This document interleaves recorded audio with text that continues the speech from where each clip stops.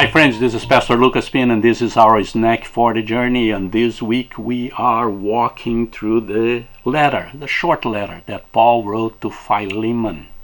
Philemon, a beautiful, beautiful letter that helps us to understand, to learn so many things about relationship, about the boss and worker, about Christians, relationship with Christians and others, with God and providence and all the other. Today we're going to see a verse that is two verses today that we're going to see. They are beautiful because they have a story behind it. I'm going to share with you verse 10 and 11. Verse 10 and 11. Look what Paul is writing to Philemon. Remember, Onesimus, his slave, fled, ran away, and went to Rome. There he met Paul, and then he became a Christian. And now Paul is sent him back to his former owner, to his owner. And he's not former. Philemon is still owner. He owns Onesimus. And this is what Paul is writing, verse 10 and 11. I appeal to you for my son Onesimus, who became my son while I was in chains. Formerly he was useless to you, but now he has become useful both to you and to me. That is a great verse. At least two verses that is beautiful in that sense, that now we understand the context that Philemon went to Rome. He was not a Christian, and he met Paul there.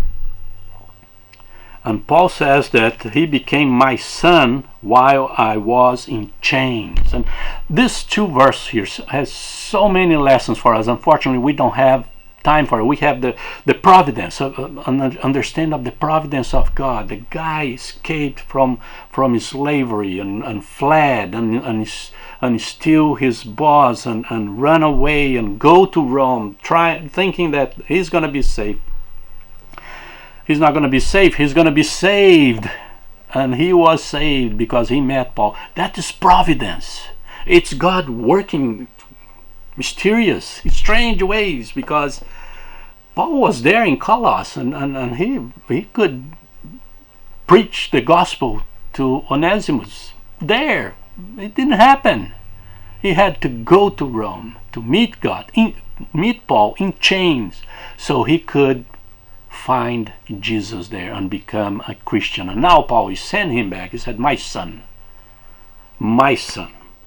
became my son while I was in chains. And then he plays with the name of Onesimus. Onesimus means the useful. Probably he was a good servant. That was because they got the name useful. But Paul says he was not useful to you. But now, because he is a Christian, he became useful to me and to you. And it tells us about the transformation that the gospel does in our lives. The gospel transforms our lives. Things that we were in the past, now we are not anymore.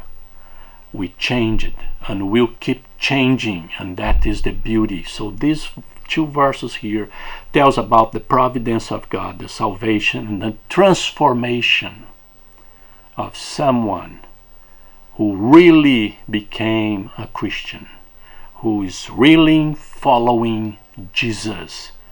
And when that happens, things will change, like Onesimus' life.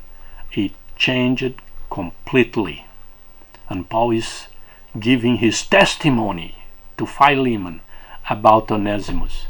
Now he is a good Christian, a real Christian, and he's changed.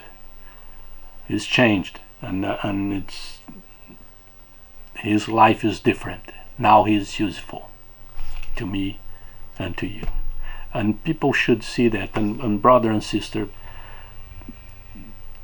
the life with Christ must change our lives. in a way that other people will see the difference. So there's something different in you. You're different. The way that you talk, the way that you behave, you're different. The gospel has to do that kind of transformation in our lives. It has the power to do it. We just need to let it do it. And this is our snack for the journey. God bless you.